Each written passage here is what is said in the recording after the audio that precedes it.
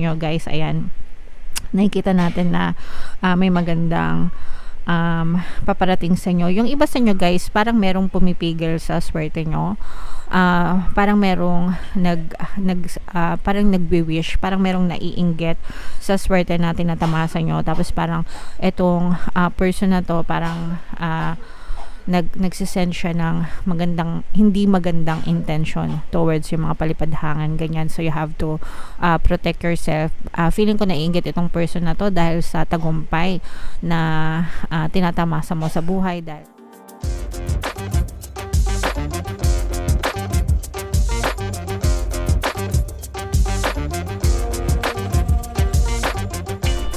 hello guys, hello Taurus, welcome back to Pinay Pixie Tarot. Ang pamagat ng episode natin for tonight is Money Money Come to Me. Ito yung ating pera kapalaran guys para ngayong March para sa Taurus, Sun, Moon, Rising, Sun, and Venus. Shuffle ko yung cards guys, hanapin ko yung energy ng money at saka yung energy ng Taurus.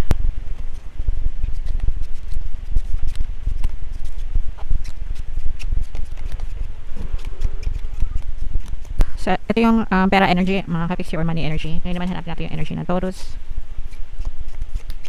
Ito guys. So, Taurus kayo ay represent ng King of Coins sa ating spread. Ito yung combination guys ng positive and negative energy. General reading lang mga kapixie, pwede mag-resonate, pwedeng hindi. So, tingnan natin yung paparating sa inyo pagdating sa larangan ng trabaho, kaperahan, negosyo, investment.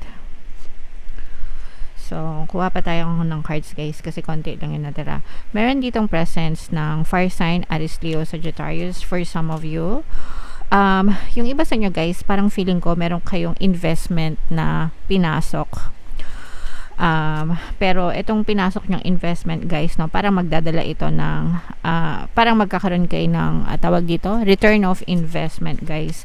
Marami kayong sinakripisyo dito sa investment na to mga kapixie, no? Ibig sabihin parang marami kayong pinagdaanan, marami kayong highs and lows mga kapixie, taas baba, parang roller coaster mga kapixie. Pero kahit na ganun, yung pinagsapalaran nyo, kumbaga parang sugal, yung pinusta nyo mga kapixie, malaki yung naging balik, yung naging return sa inyo. Kaya kahit pa, kumbaga parang naka-jackpot ganyan, naka-jackpot kayo sa investment nyo, naka-jackpot kayo sa pinaglagyan nyo ng pera. Yung iba, kung yung iba na i-scam kayo, nakaiwas kayo dun sa ganong klaseng energy mga kapixie. And right now parang nakikita natin na makukuha nyo yung mga return of investment nyo guys, no? Especially kung let's say for example negosyo ito, tapos marami kayong pinaghirapan, kumbaga marami kayong paghihirap na pinagdaanan para mapalago siya, mapawork siya, hindi siya naging basta-basta para sa inyo, hindi siya naging madali, no? Yung proseso, yung pinagdaanan, yung experience, hindi naging madali, pero it's worth it mga kapixie, no? Nakikita natin na worth it lahat ng sacrifices nyo kasi talagang right now unti-unti nyo na nakikita yung improvement. Kumbaga kung dati, let's say for example nag-online selling kayo, yun yung napili nyong gawin. Kung dati mga 3-5 kliyente lang yung na-close nyo sa isang araw, ngayon doble na, triple na, 10, 20, 30, mga ganyan na yung inyong mga naka-close na transaction sa isang araw. So nakikita natin na naging worth it yung mga sacrifices nyo guys, okay? So ituloy-tuloy nyo lang yan kasi nakita din natin yung pagiging passionate nyo guys, at saka meron talaga kayong vision, no? Ibig sabihin meron kayong vision, meron kayong motivation, meron kayong specific na standard or baseline na ganito yung gusto kong marating. Hindi ako titigil, hindi ako hihinto hanggang hindi ko na-achieve itong desire ko na ito. And nakatulong yan sa inyo mga kapixie para magdala siya ng magandang resulta sa inyo, okay? So enjoy nyo lang yan guys, kung ano man yung ini-enjoy nyo ngayon sa mga online sellers natin mga kapixie dyan, or kahit hindi online, let's say for example meron talaga kayong physical store or literal na naglalako kayo, mga kapiksi, tuloy-tuloy nyo lang yan.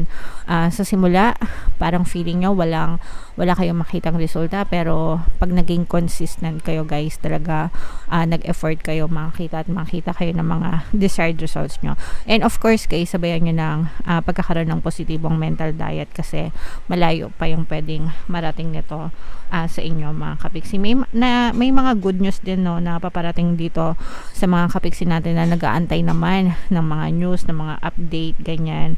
Sa mga in-applyan yung trabaho, sa mga applications nyo guys, ayan, nakikita natin na may magandang paparating sa inyo. Yung iba sa inyo guys, parang merong pumipigil sa swerte nyo. Parang merong parang nagwi-wish, parang merong naiinggit sa swerte natin na tamasa nyo. Tapos parang etong person na to, parang nagsisend siya ng hindi magandang intention towards yung mga palipadhangan, ganyan. So you have to protect yourself. Feeling ko naiinggit itong person na to dahil sa tagumpay na tinatamasa mo sa buhay, dahil sa kasaganaan mo, ganyan. So deadmahin, diba? Tapos stay low-key. Mas maganda yung low-key guys, para hindi kayo masyadong takaw pansin no, sa ibang tao, para hindi kayo pag-isipan ng masama. Pero hindi naman natin yun makokontrol guys, diba? Kahit na minsan abang-aban na tayo, pero may mga taong sadyang inggitera talaga. So pagdasal na lang natin na sana maging mabuti din yung kanilang pamumuhay, para hindi na sila makapanakit ng kapwa. And sabi ko nga guys, maganda yung daloy ng swerte sa inyo, kaya nga sila naiinggit sa inyo. So ito guys, i-mind nyo na to sa comment section mga kapiksi. Mine good luck, mine good fortune, mine good swerte. Yung swerte na tinatamasa nyo right now, yung progress guys, no?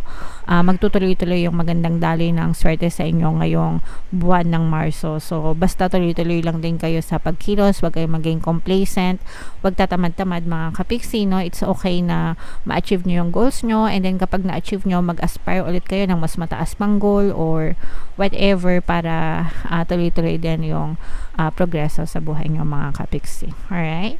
So yeah, comment down below guys if feeling nyo naka-resonate kayo dyan sa mga mensahe na yan.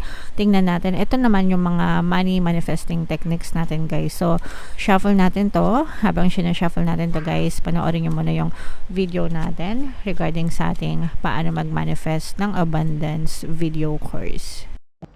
Kapiksi, sawa ka na ba sa mga struggles at hirap sa buhay mo? Masipag ka ba at masikap sa buhay ngunit hindi ka pa rin umaasenso? Ilang beses ka na bang nag-attempt magnegosyo at mag-invest pero palagi ka pa rin nalulugi?